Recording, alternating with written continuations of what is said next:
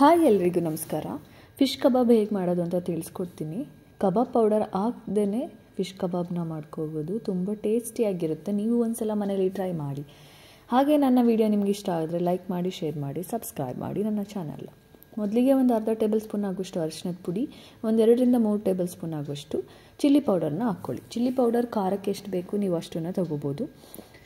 1 table spoon pepper powder ಕೂಡ ಖಾರ ಇರುತ್ತೆ, ಅದನ್ನು ಕೂಡ ನೋಡ್ಕೊಂಡು ಹಾಕ್ಕೋಬೇಕು.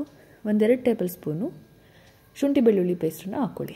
ಮತ್ತು ಒಂದು ಅರ್ಧ ಟೇಬಲ್ ಸ್ಪೂನು ಕೊರಿಯಾಂಡರ್ ಪೌಡರ್ ಅಂದರೆ ಧನಿಯಾ ಪೌಡರ್ನ ಹಾಕ್ಕೋಬೇಕು. ನಂತರ ಒಂದು ಅರ್ಧದಿಂದ 1 ಟೇಬಲ್ ಸ್ಪೂನ್ ಜೀರಿಗೆ ಪೌಡರ್, ಸ್ವಲ್ಪ ನಿಂಬೆಹಣ್ಣು ರಸ, ಮತ್ತು 1-2 ಟೇಬಲ್ ಸ್ಪೂನು ಎಣ್ಣೆ ಹಾಕಿದ್ರೆ ಚೆನ್ನಾಗಿ ಫಿಶ್ಗೆ ಹಿಡಿಯುತ್ತೆ ಅದೆಲ್ಲ. ಮತ್ತು ಕಾರ್ನ್ಫ್ಲೋರ್ನ ಹಾಕ್ಕೊಬೇಕು. 2-3 ಟೇಬಲ್ ಸ್ಪೂನು ಕಾರ್ನ್ಫ್ಲೋರ್ ಹಾಕೋದ್ರಿಂದ ಸ್ವಲ್ಪ ಕ್ರಿಸ್ಪಿಯಾಗಿ ಕೂಡ ಬರುತ್ತೆ. ಆದ್ದರಿಂದ ಆಮೇಲೆ 1 ಮೊಟ್ಟೆನ ನಾನು ಹಾಕ್ಕೋತಿದ್ದೀನಿ. ಮತ್ತು ರುಚಿಗೆ ಬೇಕಾದಷ್ಟು ಉಪ್ಪನ್ನು ಕೂಡ ಹಾಕ್ಕೊಬೇಕು. ಇಷ್ಟನ್ನು ಹಾಕ್ಕೊಂಡು ಚೆನ್ನಾಗಿ ಮಿಕ್ಸ್ ಮಾಡ್ಕೊಳ್ಳಿ.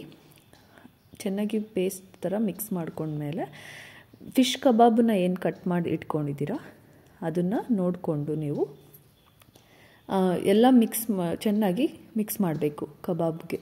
ಅದಾದ ನಂತರ ಒಂದು ಅರ್ಧದಿಂದ 1 ಗಂಟೆ ಫ್ರಿಜ್ಜಲ್ಲಾದರೂ ಇಡ್ಬೋದು, ಇಲ್ಲ ಹಾಗೆ ಆದರೂ ಇಡಿ.